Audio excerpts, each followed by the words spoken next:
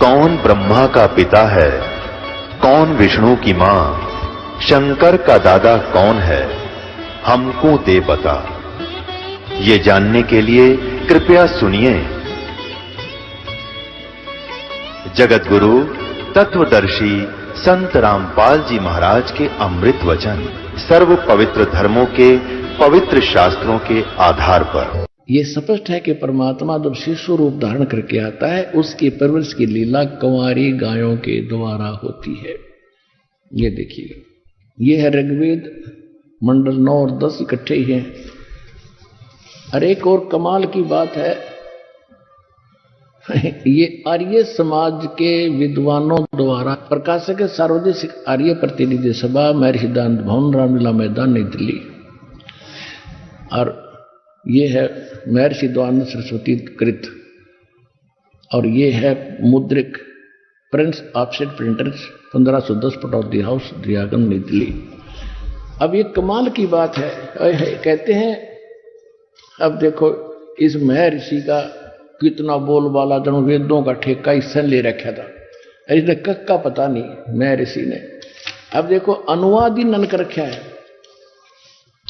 एक कमाल की बात है, अनुवादिन का किया हुआ इन्हें तड़ंगा तो कर ही रखा है, लेकिन सच्चाई कैसे छुपा देंगे? मूल पाठ तो सबके पास उपलब्ध था, ना इसे नहीं बदल देते ये अपनी बकवादों को ऊपर रखने के लिए।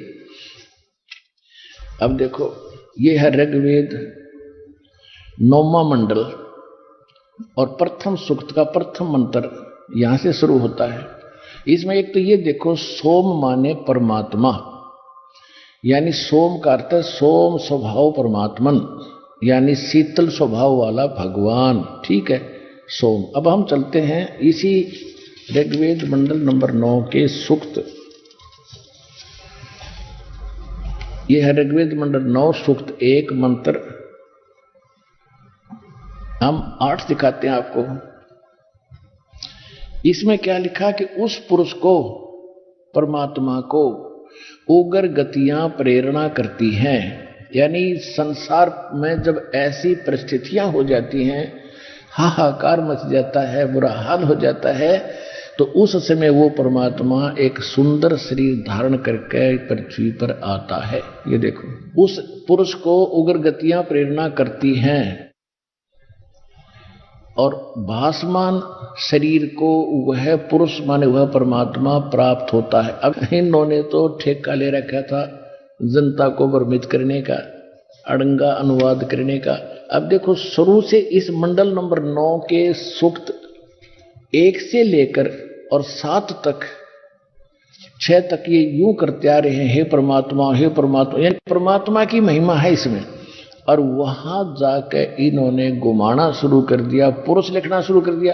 अब पुरुष माने परमात्मा ही होता है, आपको बहुत बार बताया। ये देखिए, ऋग्वेद मंडल नंबर 9 सूक्त 1 का मंत्र 1 में हे परमात्मन है परमात्मा की महिमा। इसके 2 मंत्र में देखो, ये 2 नंबर मंत्र है ऋग्वेद मंडल नंबर 9 सूक्त 1 मंत्र 2 में हे परमात्मा आप, और तीसरे मंत्र में हे परमात्मा, और चौथे मंत्र में हे परमात्मा, और 5वें मंत्र में हे परमात्मा, और 6ठे मंत्र में ये देखो ऋग्वेद मंडल नंबर 9 सूक्त 1 मंत्र 6 में हे परमात्मा। इन 7 में जाके इनका समझ में आई कि बात बदलनी पड़ेगी। उस पुरुष को, पुरुष मानी परमात्मा, यहाँ 8वें में यहाँ परमात्मा क्यों ना लिखा कि ये चाहते हमारी बेइज्जती हो जाएगी जो सच्ची लिखती था गए। इनका ये विधान है कि भगवान निराकार है, कभी मनुष्य शरीर में आता ही नहीं, कहीं स्थान पर नहीं रहता। महर्षि दयानंद का फाइनल विधान है कि परमात्मा एक स्थान पर नहीं रहता, निराकार है और वो सर्वव्यापक है। बस इतनी सी उनकी थ्योरी। और वेद क्या बता रहे? और वेदों को सत्य मानते कि वेद में जो लिखा वो सत्य, हम और किसी बात को नहीं मानते। तो ईब आपने मानना चाहिए सच्चाई को। अब जान बूझ साची तजय करे, झूठ तने और ताकि संगत है प्रभु सोपन में भी ना दे। इन इतने प्रमाणों को देखकर जो नहीं मानता, मेहनत होते संत कुछ कितना विद्वान बना फिर है, वो इंसान ठीक नहीं है, उसके पास नहीं रहना चाहिए आपको।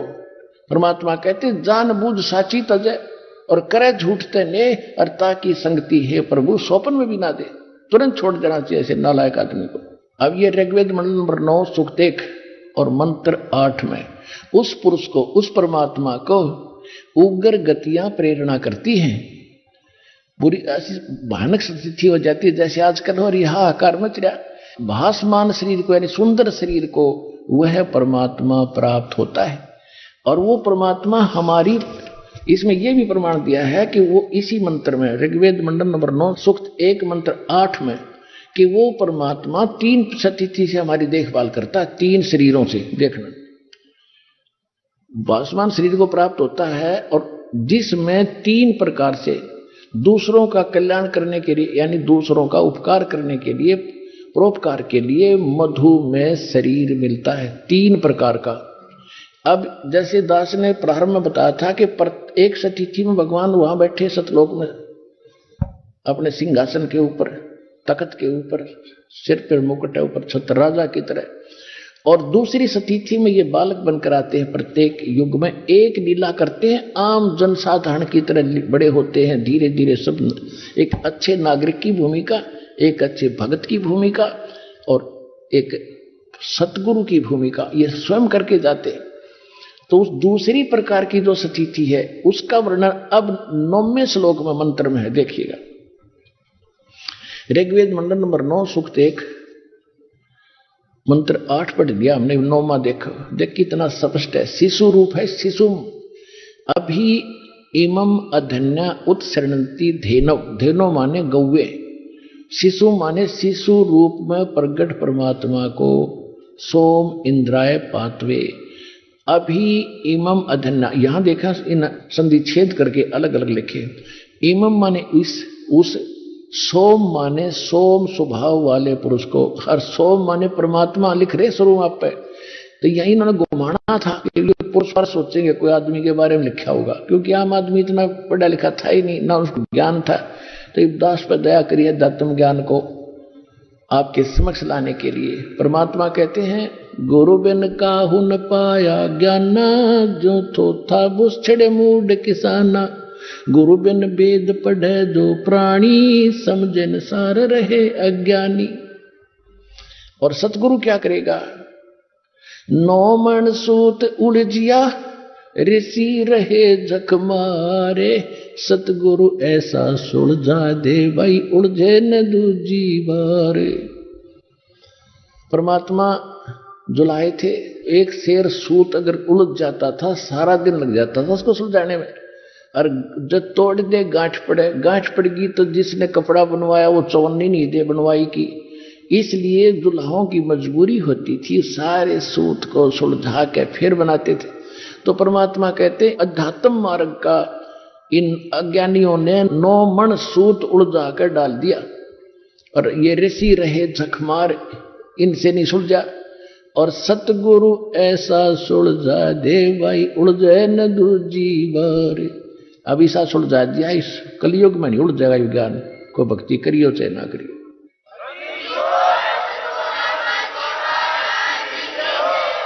अब देखिएगा, ऋग्वेद मंडल नंबर 9 सूक्त 1 मंत्र 9 पढ़ रहे हैं।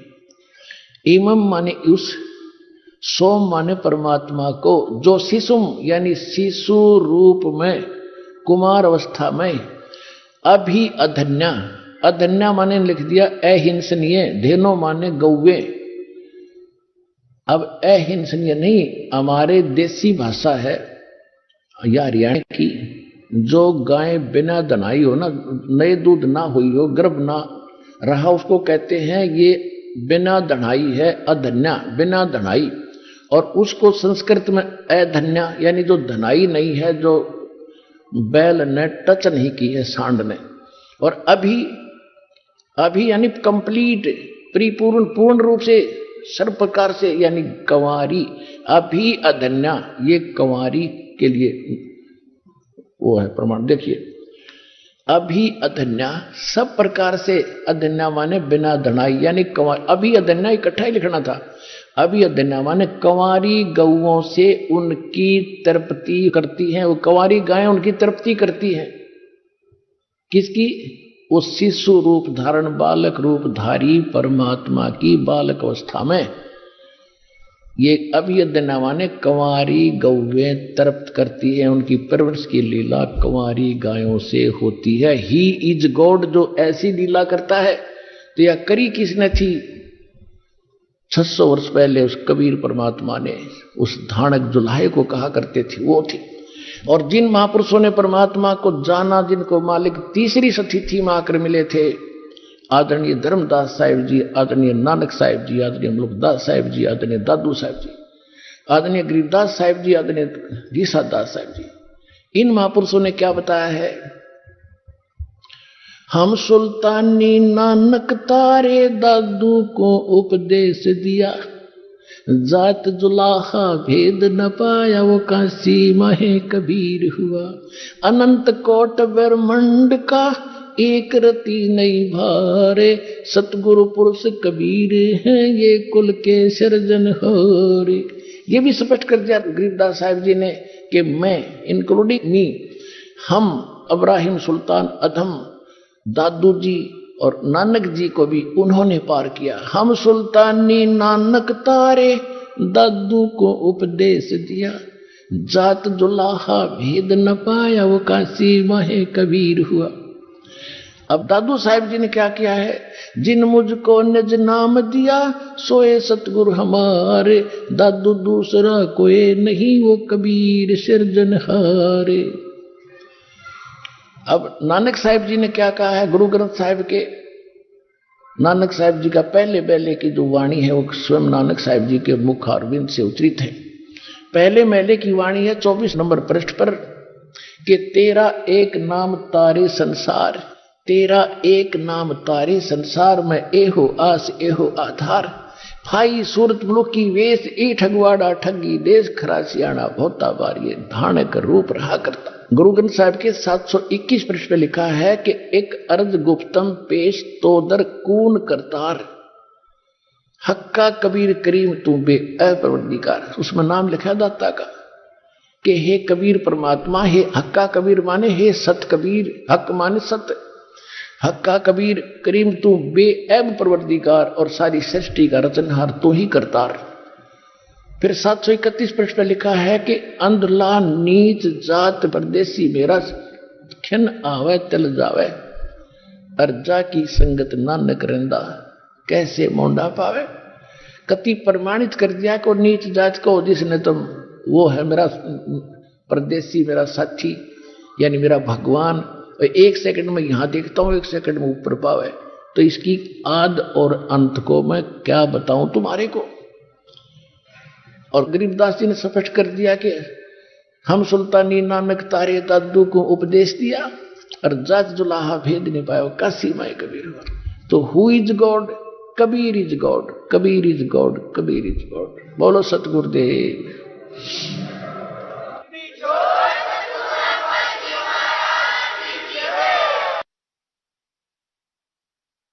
परमपिता परमात्मा सर्व सृष्टि के रचनहार कबीर परमेश्वर जी, ये हम सभी आत्माओं के पिता हैं, ये हम सभी के जनक हैं, और हम एक ऐसी भयंकर भूल करके, ऐसी भयंकर गलती करके हम इस गलत स्थान पर आ गए, और उसके उपरांत हमें अपनी गलती का एहसास हो रहा है, क्योंकि एक प्रश्नवाचक चिन्ह आज तक किसी से हट नहीं पाया कि हम क्यों मरते हैं, क्यों जन्मते हैं।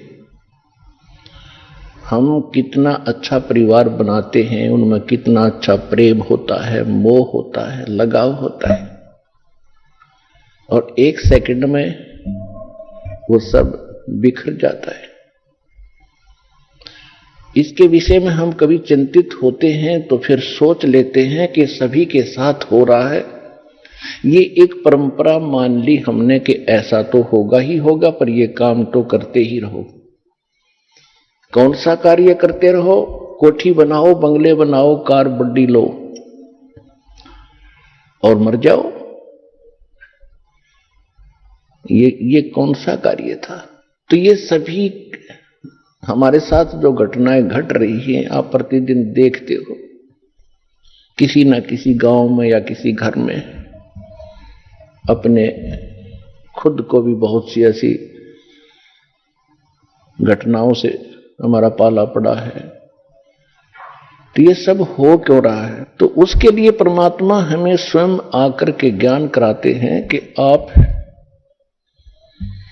इस गलत लोक में आ गए और यहां से जाने का जो तरीका है, इस जन्म और मृत्यु के रोग से बचने का जो तरीका है, जो विधि है, वास्तविक भक्ति है, वो परमात्मा स्वयं ही बताते हैं। और उसके लिए वो स्वयं सशरीर वहां से आते हैं जहां परमात्मा रह रहे हैं और यहां आकर के अच्छी आत्माओं को मिलते हैं, उनको अपना परिचय देते हैं, फिर यथार्थ ज्ञान समझाते सुनाते हैं। और यहां पर दो शक्ति काम कर रही है, एक तो परमात्मा है और दूसरा ये काल भगवान है।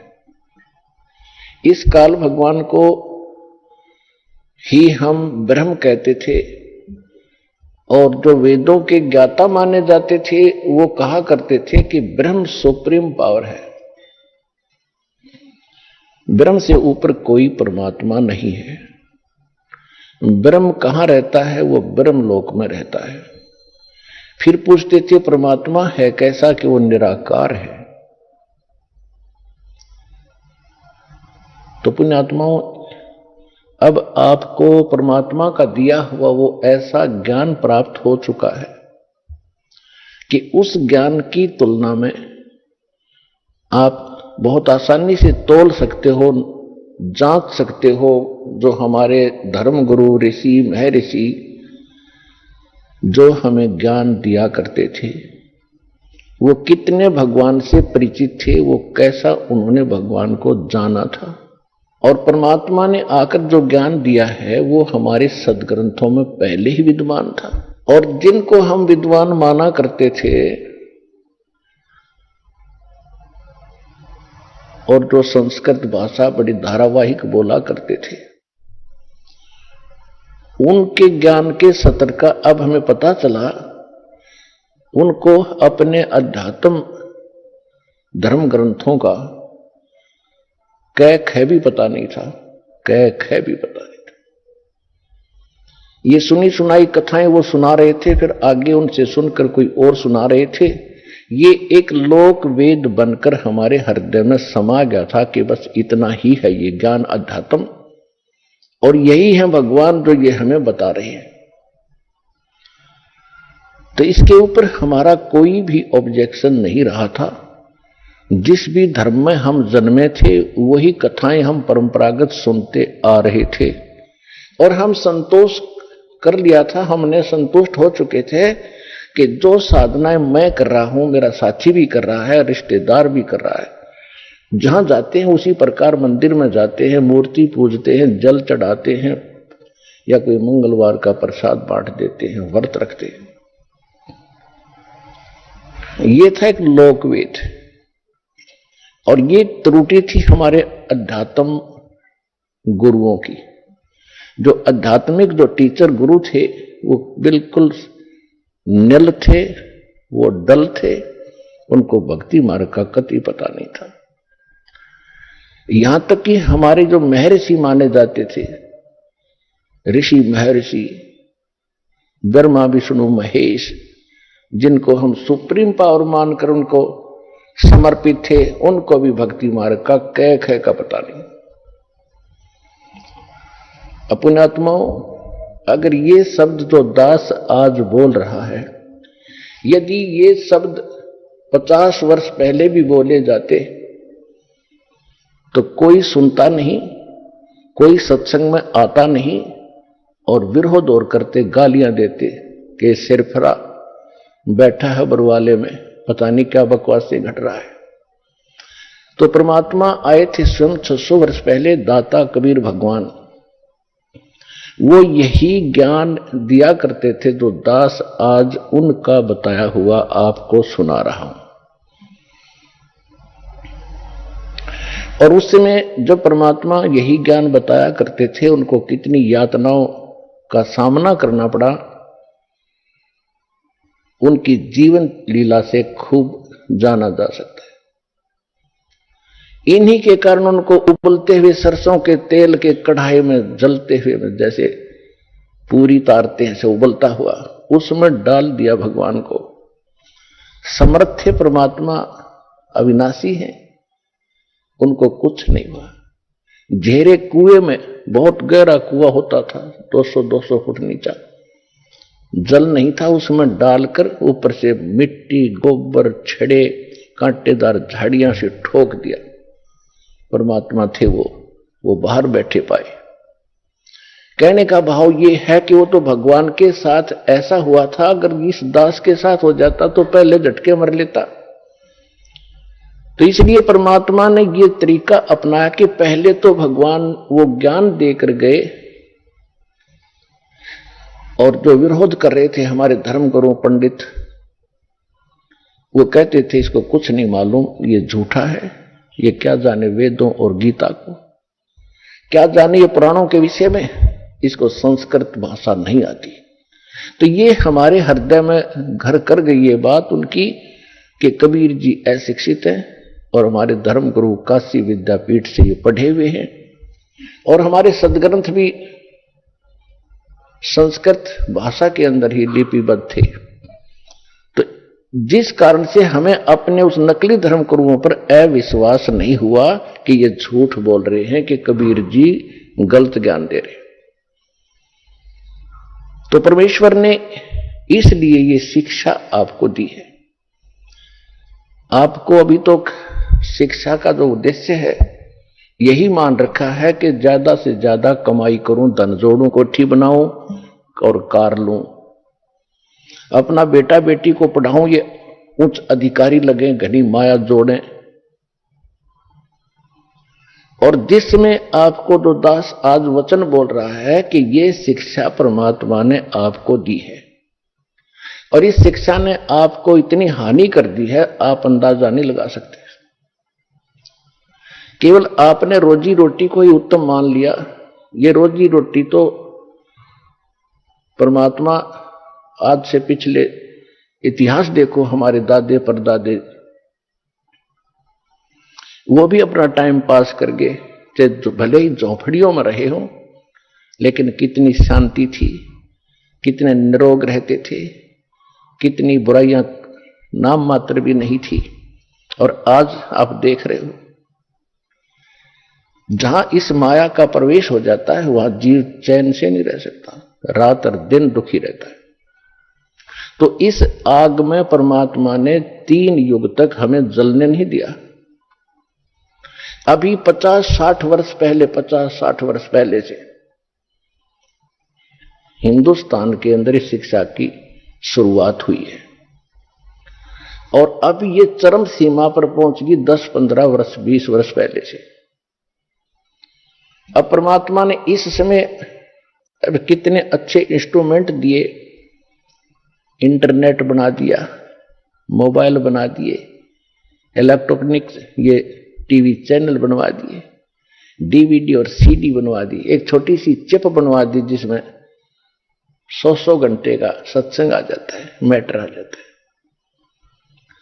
तो इतना अज्ञान हो चुका था, उस अज्ञान को हटाने के लिए परमात्मा ने ये सुविधाएं दी आपको, और उसका ये परिणाम है कि आज आप वो बातें सुन रहे हो जो भगवान 600 वर्ष पहले सुनाया करते थे और मार खाया करते थे। तो ये परमात्मा ने यही तरीका अपनाया कि जब तक इनको अक्षर ज्ञान नहीं होगा ये भगवान नहीं पहचान सकते, और ये बच्चे ऐसे ही भ्रमित रहेंगे। तो परमेश्वर ने ये 600 वर्ष पहले बता दिया था, वैसे तो 4 युग पहले ही परमात्मा ने इस काल से कह दिया था, क्योंकि काल ने कहा था कि 3 युगों में जीव मत ले जाना, कम ले जाना, तो परमात्मा ने भी उसकी ये शर्त मंजूर कर ली थी कि ठीक है, जो आप कहते हो ऐसे ही करूंगा। फिर काल ने कहा था कि चौथा युग जब कलयुग आवे तब तो शरण जीव बहु जावे, प्रथम अंश हमारे जाही और पीछे अंश तुम्हारे जाही। ऐसा वचन हर मोय दीजे, तब संसार गवन तुम कीजे।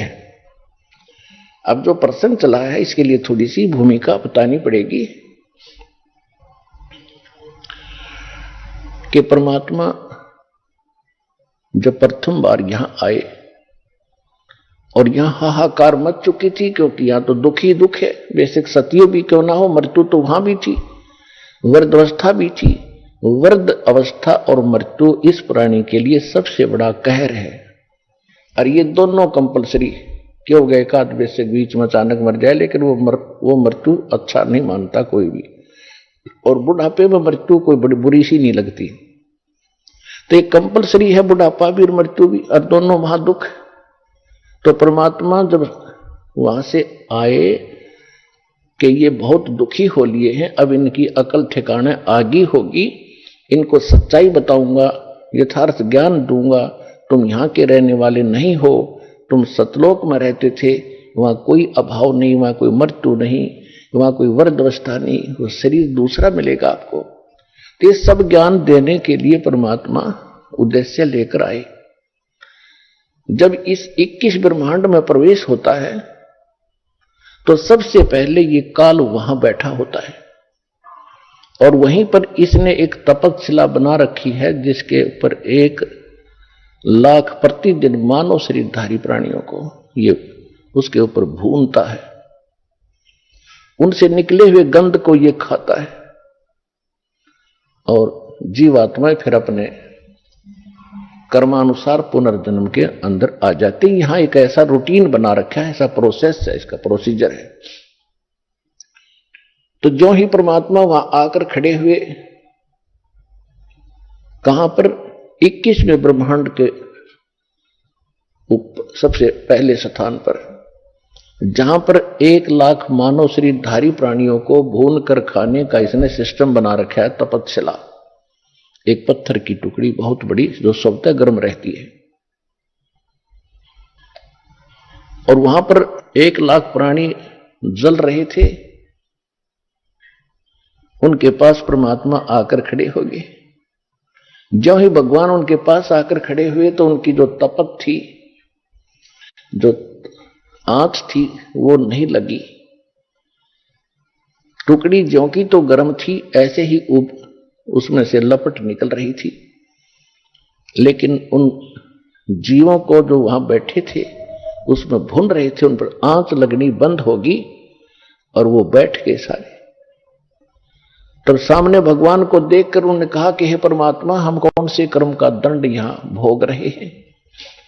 उन्होंने सोचा यही है भगवान, ये आ गया सामने खड़ा है। परमेश्वर कबीर जी ने कहा कि तुम जो ये सजा भोग रहे हो ये तुम्हारे नीचे की कर्मों की नहीं, ये तो सतलोक में तुमने गलती की थी उसका दंड है। फिर परमात्मा ने सृष्टि रचना सुनाई उनको कि तुम पहले वहां रहते थे जहां से मैं आया हूं। वहां कोई मृत्यु नहीं थी, वहां जन्म नहीं था,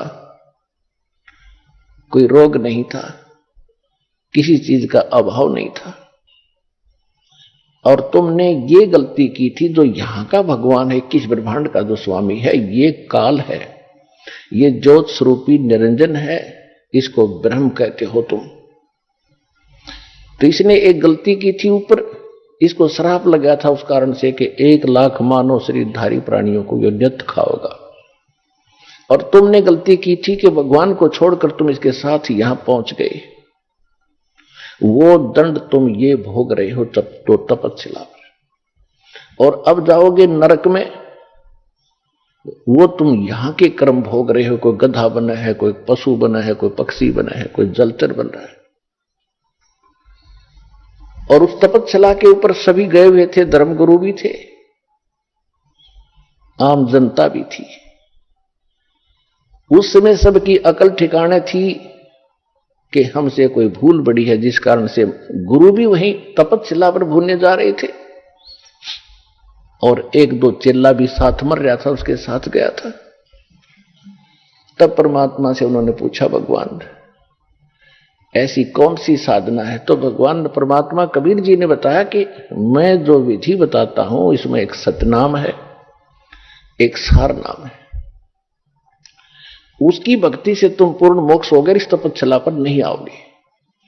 तब वहां तो मरते सभी कह रहे थे, भगवान हमने वो मंत्र दे दो, हम खूब भक्ति कर लेंगे। परमात्मा बोले कि अब तो वो बात तुम्हारे हाथ से जा चुकी है। जब तुम जाए धरो जग नर देहा, तब तुम करना मेरे सत शब्द सनेहा। जब कभी तुम्हें मनुष्य जीवन प्राप्त हो, तुम्हारे संस्कार अच्छे हो, मनुष्य जीवन प्राप्त हो और मेरा कोई दास उस सतनाम को दे रहा हो, वहां जाके नाम लेना, उस नाम से मोक्ष होगा। तब वो कहते हैं, भगवान बहुत भारी भूल बनी हमसे, और अब के मनुष्य जीवन मिल गया तो ऐसा संत खोजेंगे जो सतनाम और सारनाम दे रहा होगा। परमात्मा कहते हैं कि तुम ऐसे वायदे तो मुसीबत में ही करते हो, जब तुम सुखी होते हो तब कभी ये सोचते नहीं। दुख में सुमरण सब करे, सुख में करे ना कोई। जय सुख में सुमरण करो, तो दुख कहे को होए। सुख में सुमरण किया नहीं, दुख में करते याद। कहे कबीरता दास की, कौन सुने फरियाद। परमात्मा कहते हैं कि जब तुम पर आपत्ति आती है तो भगवान खोजते हो, और जिस समय तुम सुखी होते हो तो बकवाद खोजते हो। यदि आप सुख में भी भक्ति कर रहे होते तो दुख नहीं होता, और जब आपत्ति आई तुम अब कह रहे हो हम भक्ति कर लेंगे, कि अब नहीं बनेगी बात। जब तुम्हें मानव शरीर प्राप्त हो और सतनाम और ये सार नाम का ये कोई प्रचार कर रहा हो, उस संत मेरे से नाम लेकर अपना मोक्ष करा लेना। और जिसको तुम वो धर्म गुरुओं को भगवान बता रहे थे जो मरने के उपरांत तपस्या पर भूलने जा रहे थे, नकली, उनसे कह रहे थे कि तुम ब्रह्म को सुप्रीम पावर मानते थे ब्राह्मणों, ये ब्रह्म तो काल है जिसका 21 ब्रह्मांड के अंदर जाल है, उसको तुम समझ नहीं सके और आप ब्रह्म को निराकार बताते हैं। अब देखो इनको खाने के लिए वो ब्रह्म आ रहा है, वो काल आ रहा है, वो देखो सामने से। अब काल ने अपना टाइम फिक्स कर रखा है और उस टाइम के समय वो सभी जितनी भी आत्माएं उस तपस्या के ऊपर भुनी जाती हैं, वो भुनने के बाद अपने आप निकल जाती है। तो उसका वो समय हो चुका था, वो उस आहार करने के लिए आया था, उसने सोचा था वो सब चली गई होंगी, लेकिन परमात्मा इस काल से ऊपर पावर शक्ति ज्यादा है, परमात्मा के सामने ये काल रुक जाता है। यहां पर समय प्रधान है और समय के ऊपर परमात्मा प्रधान है। तो उनको रोक दिया दाता ने, ये दिखाने के लिए कि देखो वो आ रहा तुम्हारा भगवान जिसको तुम निराकार कहते हो। सामने क्या देखा? ओछा माथा, लंबे दांत और बड़ा भयंकर विकराल शरीर उसका। कहा मालिक ने कि वो आ रहा है तुम्हारा भगवान जिसको तुम परमात्मा कह रहे हो, जिसको तुम ब्रह्म कह रहे हो। ये तो काल है जो गीता अध्याय नंबर 11 के श्लोक नंबर 32 में कहता है कि अर्जुन मैं काल हूं और अब सबको खाने के लिए आया हूं, प्रवृत्त हुआ हूं। तू ना युद्ध करेगा तो भी मारूंगा इनको। परमात्मा ने बताया कि ये है वो तुम्हारा भगवान। अब उसको देख करके सब फिर घबरा गए। परमात्मा बोले तुम जाओ यहां से। वो सभी उड़ा दिए वहां से। वो आगे जहां उन्होंने जाना था धर्मराज के दरबार में आते हैं, वहां उनका अकाउंट तैयार मिलता है, किसने कौन सी जोनी में जाना है, स्वर्ग जाना है, नरक जाना है या फिर पशु पक्षी बनना है। वो अलग से दंड है। इतने में वो काल भगवान वहां आकर खड़ा हो गया मालिक के निकट। उस समय परमात्मा ने अपना रूप जो था अपने लड़के जोगजीत, जो सतलोक के अंदर परमात्मा ने सबसे पहले 16 पुत्र उत्पन्न किए थे वचन से, उनमें से एक जोगजीत भी है। उस जोगजीत के रूप में परमात्मा वहां खड़े थे। सामने से वो सरपुरुष जिसको ब्रह्म कहते हैं काल, वो आ रहा था। जब उसने देखा काल ने कि ये जोगजीत कैसे आ गया, उसको ये मालूम था कि परमात्मा का कोई संदेश लेकर आया है ये, क्योंकि अधिकतर परमात्मा उन्हीं को इसके पास भेजते थे जब ये सतलोक में था। तो सबसे पहले काल भगवान ने ब्रह्म ने पूछा कि जोगजीत तू यहां किस लिए आया? कोई पिताजी का आदेश है मुझे सुना, उसके बाद फिर मैं तुझे जान से मारूंगा, तुझे ऐसा कूटूंगा तू याद रखेगा। तूने मेरे को सतलोक से निकाला था, मैंने तेरे सामने हाथ भी जोड़े थे, तूने मेरी एक नहीं सुनी थी। और पहले तो मुझे आदेश बता, कोई परमात्मा का लेकर आया है, तो उसके बाद फिर तो होले होशियार। तो परमात्मा ने कहा कि सुन ले ज्योत निरंजन, आदेश परमात्मा का, मैं नीचे जाऊंगा, नीचे के ब्रह्मांडों में जाऊंगा, पृथ्वी लोक पर जाऊंगा, स्वर्ग लोक में जाऊंगा, सब देवों को समझाऊंगा, उनको परमात्मा की जानकारी दूंगा। और आपने सबको मिसगाइड कर दिया, सबको गलत ज्ञान बता रखा है, गलत साधना करके कोई कुत्ता बना, कोई गधा बना, कोई सूअर बना है, किसी को कैंसर हुई है, हाहाकार मचा हुआ है, कोई जीव सुखी निष्कंदे लोग। इनको सच्चा नाम दूंगा, सच्चा ज्ञान दूंगा, सच्चे भगवान की मैं कथा सुनाऊंगा। और परमात्मा ने मुझे ऐसा मंत्र दे दिया सतनाम और सारनाम का, सबको सारनाम और सतनाम दूंगा, सब निर्बाध सतलोक चले जाएंगे। और तेरी पोल पाड़ूंगा, तू काल है, तू अपने आप में भगवान बन बैठा है यहां पर। तब काल ने सोचा ये तो मेरा नाश करेगा, मेरा बाग उजाड़ेगा, इसको यहीं अब खत्म करूंगा। इस उद्देश्य से लेकर के कहने लगा जोगजी तू होशियार, तू जाके दिखा नीचे। अब जो ही परमात्मा की तरफ वो दौड़ा अटैक करने के लिए, तो परमेश्वर ने सतनाम का सिमरण किया। उसको ऐसा झटका लगा, वो ऐसा गिरा नीचे, इतना भयभीत हो गया, उसको ऐसा अटैक हुआ। इसमें इतनी ताकत है इस सतनाम के मंत्र में। ये अध्यात्म पावर है, और अध्यात्म पावर बहुत प्रबल होती है। इतना भयभीत हो गया कि वहां से कहते पाताल में जाके गिराइए। परमात्मा इसके साथ साथ गए। ये बहुत भयभीत हो गया, हाथ जोड़ने लग गया। परमेश्वर ने कहा कि ऊपर ही चलो ही, या कोई और सुनेगा हमारी बातों को, तो ऊपर चलो। इसको फिर लाए, ऊपर ले गए, और ऐसे गिरा पड़ा रहा नीचे जैसे पक्षी की पंख कट जाती हैं, उड़ नहीं सकता, तड़प रहा होता है। तब इसने पैर पकड़ लिए, नीचे नीचे सरक गए कबीर भगवान के, जब जोगजीत रूप में मालिक वहां खड़े थे। चरण पकड़ के रो रहा है कि तू मेरा बड़ा भाई, मैं तेरा छोटा भाई। छोटे तो गलती कर देते हैं, बड़े अक्षमा किया करते हैं, मुझे माफ कर दो। मैंने तो एक भाई समझकर तेरे साथ ये डिठाई कर दी, ये गलती कर दी। आप तो बख्शनहार हो, मैं तो आपको पिता का स्वरूप मानता हूं, मुझे माफ कर दो। अपने आत्माओं, यहां प्रत्येक प्राणी के अंदर ऐसा स्वभाव है, क्योंकि यथा राजा तथा प्रजा।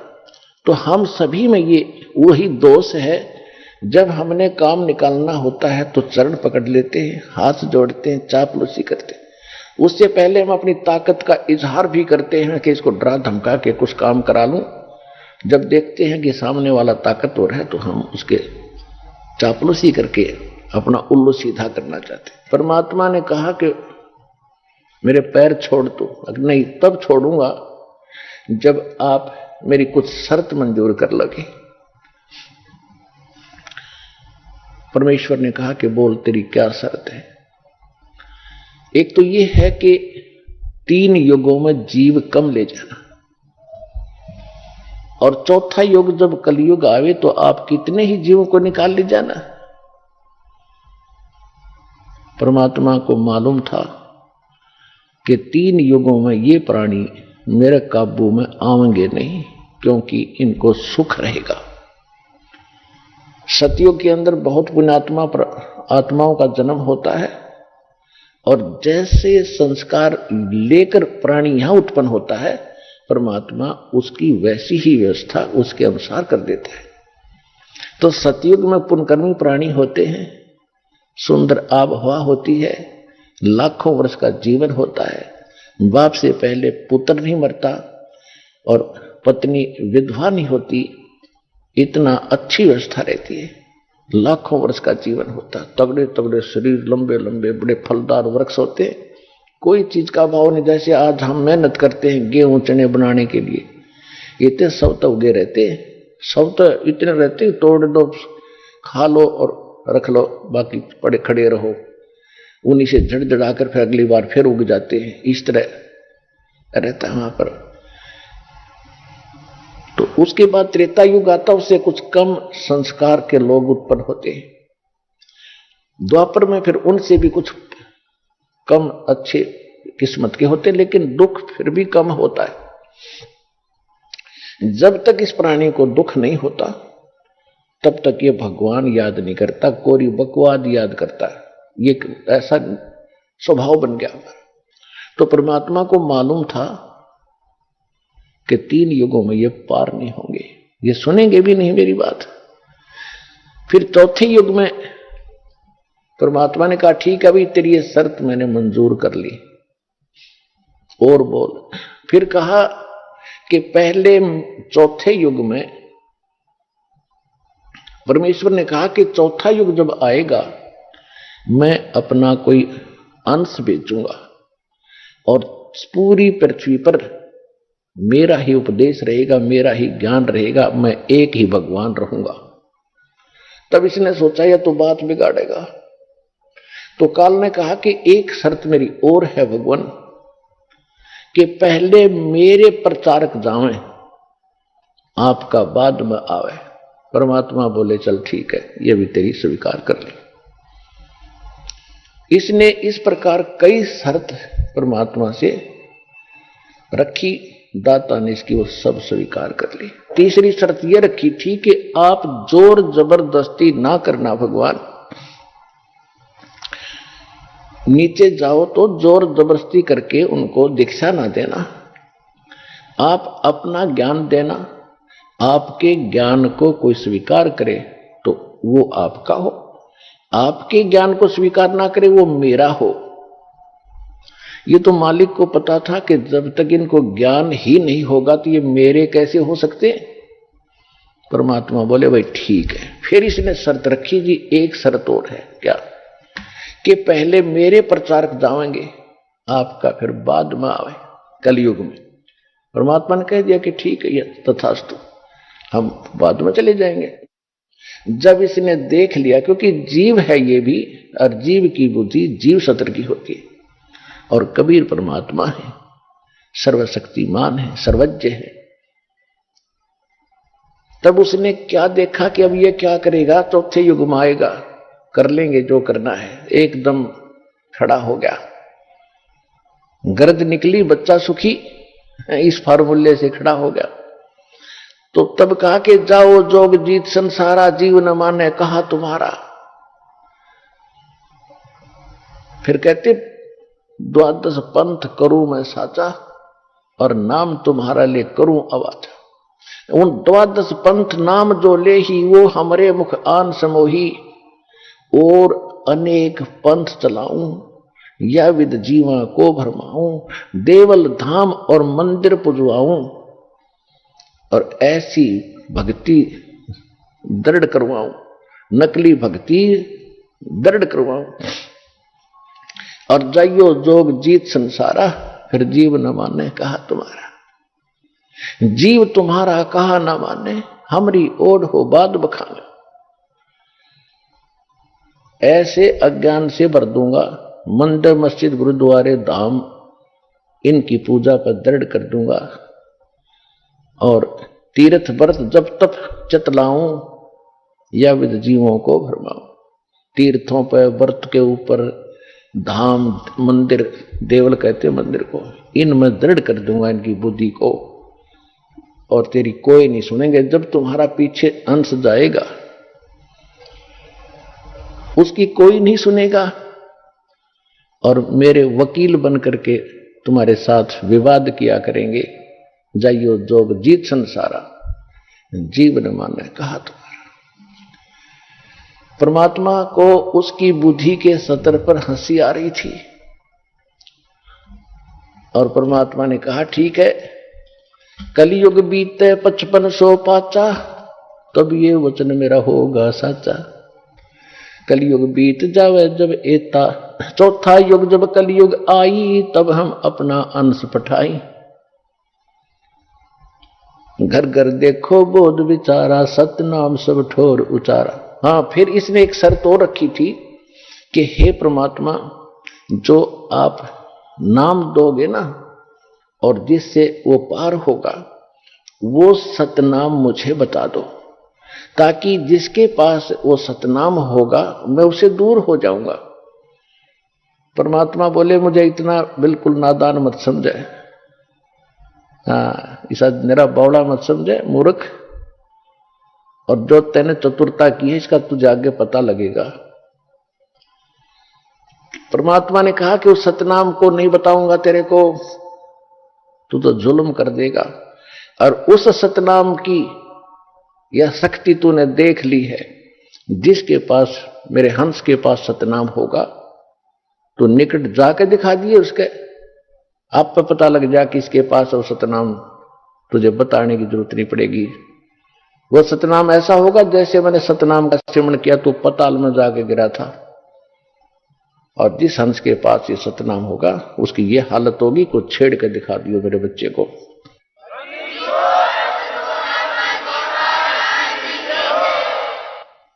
तो क्या कहा कि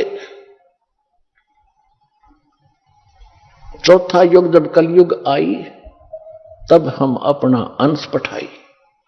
घर घर देखो बोध विचारा, सतनाम सब ठोर उचारा।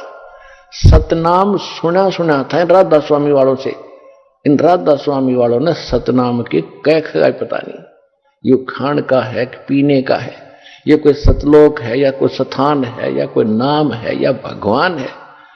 ऐसे बच्चों जैसी व्याख्यान की सुनकर पढ़कर देखो इनके महापुरुषों की पुस्तकें। वो संत मत प्रकाश भाग 1, 2, 3, 4 निरडंगे भर रखे इन्होंने। वही सतनाम, वही सचखंड, वही सतलोक, वही सारनाम, वही सत्सबद, हर वही असली राम, वही हमारी सतनाम, हमारी जात। सतनाम ये 2 अक्षर का होता है और इसकी आज तक छींट नहीं लगने दी। हाँ, परमात्मा जब आए, उन महापुरुषों से मिले, उनको सतनाम दिया था, लेकिन उनको प्रतिज्ञा दिला दी थी कि इसका जिक्र ना करना, नहीं तो नाश हो जाएगा बने बनाए हमारे इस सारे मिशन का। तो जिन महापुरुषों से मालिक मिले, उस सतनाम उनको दिया, उनसे प्रतिज्ञा दिला दी थी, धर्मदास मेरी लाख दुहाई। ये मूल ज्ञान दास बता रहा है, ये न कबीर पंथियों के पास है। और ये मूल नाम के अंदर कंप्लीट कोर्स आता है।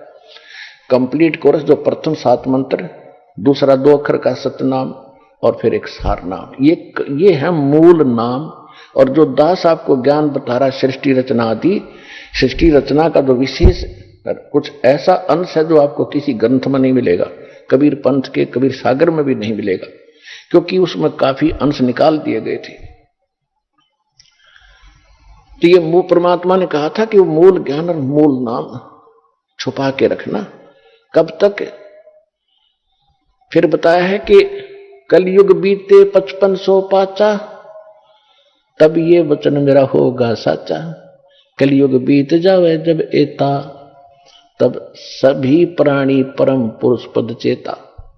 आइए अब हम उन श्रद्धालुओं के अनुभव जानते हैं जो जगत गुरु तत्वदर्शी संत रामपाल जी महाराज जी से दीक्षा प्राप्त कर चुके हैं तथा उनके द्वारा बताए गए भक्ति मार्ग पर चल रहे हैं। सर नमस्कार। सत साहब जी। सर क्या शुभ नाम है आपका? मेरा नाम हरमेश दास है और मैं पिंजौर जिला पंचकुला से आया हूँ। सर क्या करते हैं आप? मैं खेती बाड़ी करता हूँ। सर संत रामपाल जी महाराज से नाम दीक्षा लेने से पहले आप क्या भक्ति साधना करते थे? मैं ब्राह्मण समाज से बिलोंग करता था और इस कारण से देवी देवताओं की भक्ति करते थे और घर में देवी का मंदिर भी बनवाया हुआ था। घर में क्या, खेत में बहुत बड़ा मंदिर था।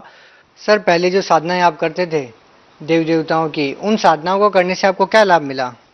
देखो जी, लाभ के कारण तो कर ही नहीं रहे थे। जैसे घर वाले पीछे से करते आ रहे थे वैसे ही हम पूजा पाठ कर रहे थे, उसी लाइन में लगे हुए थे। कोई लाभ के कारण तो हम लगे हुए नहीं थे, ना हमें पता था भी इस भक्ति से कोई लाभ मिलता है। वह लगे हुए थे बस। सर संत रामपाल जी महाराज द्वारा ऐसा कहा जाता है कि तीर्थ व्रत तर्पण देव देवताओं की पूजा नहीं करना चाहिए, ये शास्त्र के विरुद्ध साधना है। सर क्या ये सच है? ये सच है, क्योंकि संत रामपाल जी महाराज जो भी नियम बताते हैं या देवी देवताओं की भक्ति को या पितर पूजा को जो भी बंद करते हैं, ये सब गीता में लिखा हुआ है। क्योंकि हम ब्राह्मण समाज से, हमें पता है गीता में लिखा हुआ है, पितर पूजोगे पितर बनोगे, भूत पूजोगे भूत बनोगे, देवी देवता पूजोगे देवी देवता लोक को जाओगे, अगर उस पूर्ण परमात्मा की भक्ति करोगे तो उस लोक को जाओगे। ये संत रामपाल जी महाराज गीता के अनुसार जो नियम है वही बताते हैं। सर संत रामपाल जी महाराज के बारे में ये कहा जाता है कि उनको वेदों का शास्त्रों का ज्ञान नहीं है, उनको संस्कृत भाषा नहीं आती, वो तथ्यों को तोड़ मरोड़ के पेश करते हैं। सर आप इसके बारे में क्या कहना चाहेंगे? संत रामपाल जी महाराज को संस्कृत का ज्ञान जो कहते हैं उनको ज्ञान नहीं है, क्योंकि संत रामपाल जी महाराज ने एक एक शास्त्र, एक एक वेद जो हमने कभी देखे भी नहीं थे, गीता के अलावा हमने और कोई शास्त्र देखे नहीं थे वेद, तो संत रामपाल जी महाराज ने एक एक वेद का, एक एक गीता का, एक एक श्लोक का जो उन्होंने भी अनर्थ किए हुए थे, अब हमें पता चल रहा है जो उन्होंने अर्थों के अनर्थ किए हुए थे वो भी उन्होंने सुधार करके सभी के अर्थ जो है ठीक ठीक किए हैं और सभी वेदों का जो सार है संत रामपाल जी बताते हैं। इसके अलावा आज कोई दुनिया में कोई संत नहीं है जो उसके अनुसार वेदों का जो ज्ञान है, सार है, बता दे। सर संत रामपाल जी महाराज से नाम दीक्षा लेने के बाद आपको क्या लाभ मिला? लाभ तो बहुत मिले, एक इतने लाभ मिले भी गणाए तो थूक सूख जाता है मुंह का। मेरे हर साल पथरी होती थी पेट में, तो हर साल निकलती थी। एक बार इतनी बड़ी पथरी हुई 12 mm की, मैं ले आया नहीं, भूल गया, नहीं दिखाता, तो जैसे बड़े चूहे की बीट होती है उसके अनुसार पथरी थी। तो मैंने कहा परमात्मा आप सबसे बड़े डॉक्टर हो, वैद्य हो, और हम हर रोज नित्यनेम में भी बोलते हैं दास ततीब सतगुरु बंदी छोड़ कबीर हैं, भी आप बड़े परमात्मा बड़े डॉक्टर हो, आप ही हो, और डॉक्टरों के पास से क्यों ऑपरेशन कराओगे, आप इसका इलाज करो। क्योंकि सारी सारी रात नींद नहीं आती थी, दर्द बहुत होता था। तो परमात्मा ने प्रेरणा करी भी ये ठंडा पी के जाओ, तो मैंने ठंडा पिया तो वो बाथरूम के अनुसार ही निकल गया। इतनी बड़ी बहुत बड़ी वो थी पथरी, अब भी मैंने संभाल के रखी हुई है। अगर किसी भक्त को, किसी दुनिया वाले को, किसी को डाउट हो, मेरा नंबर ले ले और मेरे पास वो पथरी पड़ी है। मैंने डॉक्टर को दिखाई तो वो बोलता बिना ऑपरेशन से ये पथरी नहीं निकलेगी। संत रामपाल जी महाराज ने, परमात्मा ने वो पथरी ऐसे की ऐसे निकाल दी मेरी। और उसके बाद मेरी आर्थिक स्थिति भी इतनी नहीं थी, तो आज परमात्मा ने आर्थिक स्थिति भी बहुत ही अच्छी कर दी, बहुत ही पैसे धन भी बहुत कुछ दे दिया। और घर में जितनी भी बीमारियां होती थी, बीमारियां क्या, एक बीमार हो गया, 2 हो गए, 3 हो गए, चलती और रहती थी बीमारियां, वो भी आज परमात्मा की दया से, संत रामपाल की दया से आज सभी सुख शांति से घर में रहते हैं हम। सर जैसा कि आप ब्राह्मण समाज से बिलोंग करते हैं, सर हिंदू धर्म में मान्यता है कि ब्राह्मण सबके गुरु होते हैं। सर फिर भी आपने संत रामपाल जी महाराज को ही गुरु क्यों बनाया? मैंने गीता में पढ़ रखा था, क्योंकि गीता में जो गीता बोलने वाला भगवान है वो अर्जुन को बोल रहा है, अर्जुन मेरा एक ओम नाम का मंत्र है, इसका जाप कर, तुझे मेरे वाली गति प्राप्त हो जाएगी। और मेरा अगर तू पूर्ण मुक्ति पूर्ण शांति चाहता है तो मेरा भी एक इष्ट देव है, उसकी शरण में जा। उसकी शरण में जाने के लिए तत्वदर्शी संत को ढूंढ, और तत्वदर्शी संत को ढूंढ के वो तेरे को ओम तत् सत नाम देगा, मंत्र देगा, उसके अनुसार जैसे वो भक्ति कहेगा वैसे तू भक्ति करना, फिर तेरे को पूर्ण मुक्ति पूर्ण शांति मिलेगी। क्योंकि मेरे को मुक्ति मार्ग चाहिए था, गीता में पढ़ रखा था भी तत्वदर्शी संत ही जो नाम देगा उससे पूर्ण मुक्ति होगी, और जो शास्त्रों के अनुकूल भक्ति बताएगा उससे मुक्ति होगी। और कोई भी जितने भी संत हैं कोई भी शास्त्रों के अनुकूल कोई भी भक्ति नहीं बताते, वो मनमानी भक्ति बताते हैं। और एक संत रामपाल जी महाराज है जो मुक्ति मार्ग आज की डेट में मुक्ति मार्ग बताते हैं, उसकी इसलिए मैं संत रामपाल जी की शरण में आया, मेरे को मुक्ति चाहिए इसी से सबसे बड़ी। सर, आप भगत समाज को क्या संदेश देना चाहते हैं?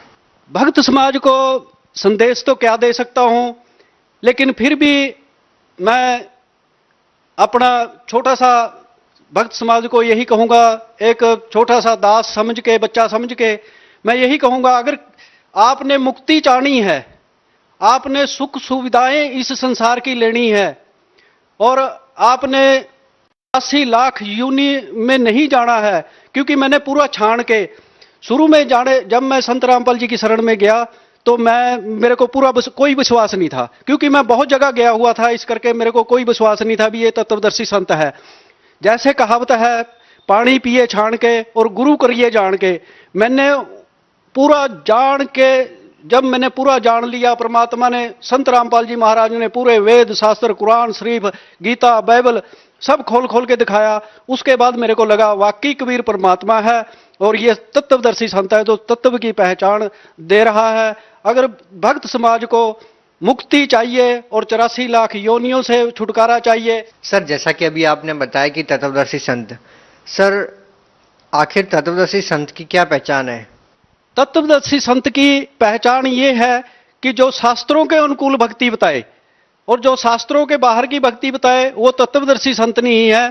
संत रामपाल जी महाराज वेदों के, गीता के अनुसार जो शास्त्रों के अनुकूल भक्ति बताते हैं, आज के तरीक में कोई भी संत शास्त्रों के अनुकूल भक्ति नहीं बताता, और एक एक शब्द जो निकाल के एक एक अर्थ, उसके एक एक शब्द के 10-10 अर्थ बताते हैं, और फिर उसके बाद परमात्मा, जो सही परमात्मा है, जो पूर्ण परमात्मा है, उसकी जानकारी देते हैं।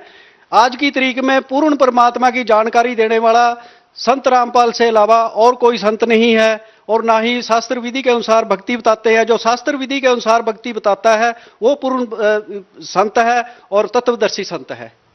सर, कोई भी श्रद्धालु संत रामपाल जी महाराज से नाम दीक्षा लेना चाहे तो उनसे नाम दीक्षा कैसे ले सकता है? देखिए जी, संत रामपाल जी महाराज हर एक भक्त के साथ है, और परमात्मा ने, संत रामपाल जी ने इतनी व्यवस्था की हुई है, हर एक डिस्ट्रिक्ट के अंदर आश्रम खुल गए हैं, हिंदुस्तान के अंदर क्या बाहर भी। चैनल पर सत्संग आता है, उसके नीचे एक पट्टी चलती है जिसके ऊपर आप फोन कर सकते हो। जहां भी आप जिस इलाके के भी होंगे उस इलाके में आपको नामदान स्थल का पता बता दिया जाएगा, आप वहां जाके नाम ले सकते हैं और लाभ उठा सकते हैं परमात्मा के ज्ञान का। जी, बहुत बहुत धन्यवाद आपका। सत साहिब जी।